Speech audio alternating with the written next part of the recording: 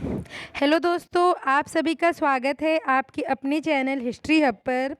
तो आज हम हाजिर हैं आपके सामने लेकर के अपने जो हमने हिस्ट्री की जो सीरीज़ चला रखी है, उसमें हमारी सीरीज़ चल रही है वैदिक संस्कृति से संबंधित। तो उसके एमसीक्यू के सेकंड पार्ट को लेकर के हम हाजिर हैं आपके सामने। वीडियो स्टार्ट करने से पहले आप सभी से निवेदन है कि प्लीज़ अगर आपको मेरे द्वारा बनाई गई वीडियो अच्छी लगती हो तो चैनल को सब्सक्राइब करें और शेयर करें। तो चलिए स्टार्ट करते हैं अपने क्वेश्चंस को हम। पहला क्वेश्चन है, ऋग्वैदिक काल में जन शब्द से क्या तात्पर्य था? आपके ऑप्शन है प्रशासन की इकाई, जनता को जन नाम से संबोधित करते थे, माप का एक माध्यम, उपरोक्त में कोई नहीं। तो जो इसका राइट आंसर होगा वो होगा ऑप्शन नंबर फर्स्ट, प्रशासन की इकाई। ऋग्वैदिक काल में जन जो है वो प्रशासन की इकाई होती थी। ऋग्वैदिक जो आर्य थे वो जन के आधार पर बटे हुए होते थे। जन का जो प्रमुख होता था वो राजा होता था, जैसे अभी बटा हुआ है कि हमारे यहाँ बहुत सारे प्रांत हैं, प्रांतों के अंदर ज़िले हैं, उसी हिसाब से पहले बटा होता था, जन पे बटा होता था। जन का प्रमुख राजा होता था, फिर उस जिसका चुनाव किया जाता था। इसका प्रमुख दायित्व जनता की रक्षा करना होता था, इसीलिए इसे जनस्य गोप्ता भी कहते थे। नगरों पे विजय पाने के कारण इसे पुराभेदता भी कहते थे। तो ये भी पूछ सकते हैं आपको कि जनस्य गोप्ता किसे कहते थे? तो जनस्य में जन, गोप्ता में रक्षा करने वाला, तो जनता की रक्षा करने वाला राजा कहलाता था। पुराभेदता मतलब जो पुरा में होता है किले, किलो भेदता में किसी चीज़ को विजय प्राप्त कर लेना। तो जो किलों पर विजय प्राप्त कर लेता हो उसे भी राजा के नाम से जाना जाता था। तो राजा को पुराभेदता व जनस्य गुप्ता नाम से भी संबोधित करते थे। आपका अगला क्वेश्चन है, पुराभेदता किसे कहते थे? तो आपके ऑप्शंस हैं जनता को, राजा को, आक्रमणकारी को कि दासों को। तो आपका राइट आंसर होगा ऑप्शन नंबर सेकंड, राजा को पुराभेदता कहा जाता था। अगला क्वेश्चन है, ऋग्वेद में जन शब्द का उल्लेख कितनी बार किया गया है? आपके ऑप्शंस हैं 275, 273, 274, 277। तो आपका राइट आंसर होगा ऑप्शन नंबर फर्स्ट, 275 बार जन शब्द का उल्लेख किया गया है ऋग्वेद में। अगला क्वेश्चन है, निम्नलिखित में से ग्रामीणी शब्द का संबोधन किसके लिए किया गया है? आपके ऑप्शंस हैं गांव के निवासियों के लिए, गांव के मुखिया के लिए, गांव से बाहर रहने वाले लोगों के लिए, उपयुक्त में से कोई नहीं। तो इसका जो राइट आंसर होगा वो होगा ऑप्शन नंबर सेकंड, गांव के मुखिया के लिए। गांव के मुखिया को ग्रामीणी नाम से संबोधित करते थे। अगला क्वेश्चन है, ऋग्वैदिक काल में समिति से क्या तात्पर्य था? आपके ऑप्शंस हैं आम जनों की संस्था, विशिष्ट जनों की संस्था, सांस्कृतिक कार्यक्रम से संबंधित मंच, उपरोक्त में से कोई नहीं। तो इसमें जो राइट आंसर होगा वो होगा ऑप्शन नंबर फर्स्ट, आम जनों की संस्था। जो समिति थी वो आम जनों की संस्था थी। सभा जो थी वो विशिष्ट जनों की होती थी तथा समिति आम जनों की संस्था होती थी। विदत भी एक संस्था थी। तीन प्रकार की संस्थाएं देखने को मिलेंगी हमको, सभा, समिति और विदत। तो जो सभा होगी विशिष्ट लोगों की होगी, इसमें कुछ विशिष्ट प्रकार के लोग सम्मिलित होते थे। समिति में सब आम जनता सम्मिलित होती थी। और विदत जो होता था वहाँ पे सांस्कृतिक कार्यक्रम किए जाते थे। और जो समिति होती थी इसी के द्वारा राजा का चुनाव किया जाता था।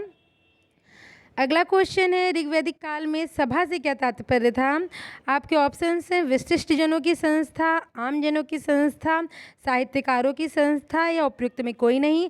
तो इसका राइट आंसर होगा ऑप्शन नंबर फर्स्ट, विशिष्ट जनों की संस्था। सभा विशिष्ट जनों की संस्था थी। अगला क्वेश्चन है, निम्नलिखित में से कौन सी संस्था सबसे पुरानी थी? आपके ऑप्शन है समिति, सभा, विदत, उपरोक्त सभी। तो इसमें जो राइट आंसर होगा वो होगा ऑप्शन नंबर थर्ड, जो विदत थी वो सबसे पुरानी संस्था थी। याद रखिएगा, विदत सबसे पुरानी संस्था थी। ऑप्शन नंबर थर्ड सही है।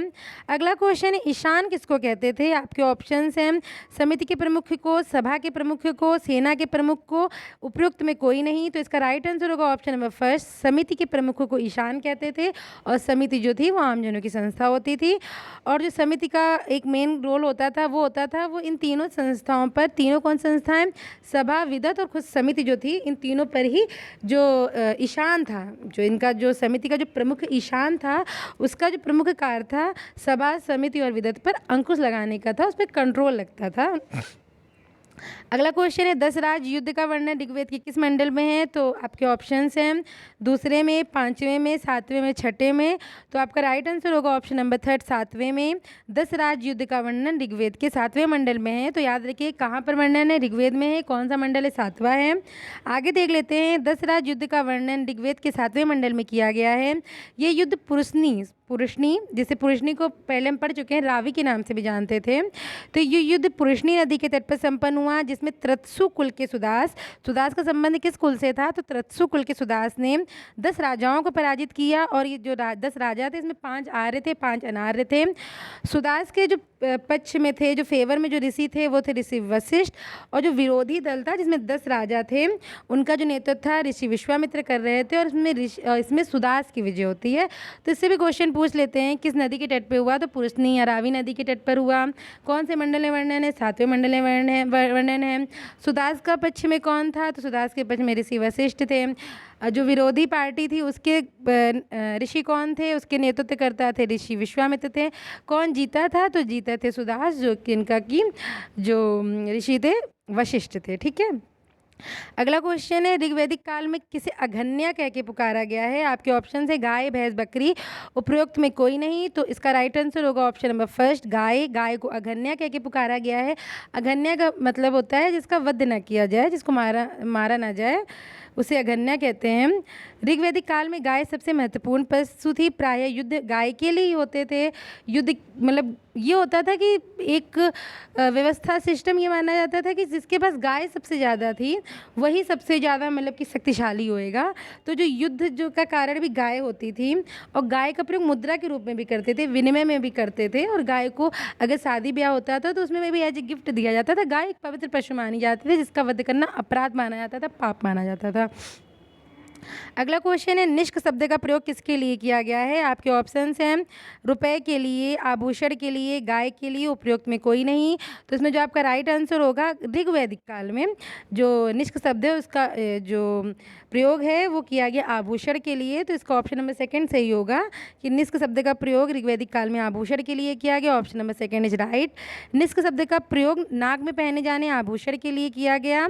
आगे चल के शब्द का प्रयोग सिक्कों के लिए भी किया गया। तो ये भी पूछ सकते हैं, निष्क जो था वो मतलब ऋग्वैदिक काल में किस लिए वर्ड का यूज क्यों किया जाता था? तो वो यूज किया जाता था फॉर एक आभूषण के लिए किया जाता था। और आभूषण नाक में पहनने जाने वाला होता था।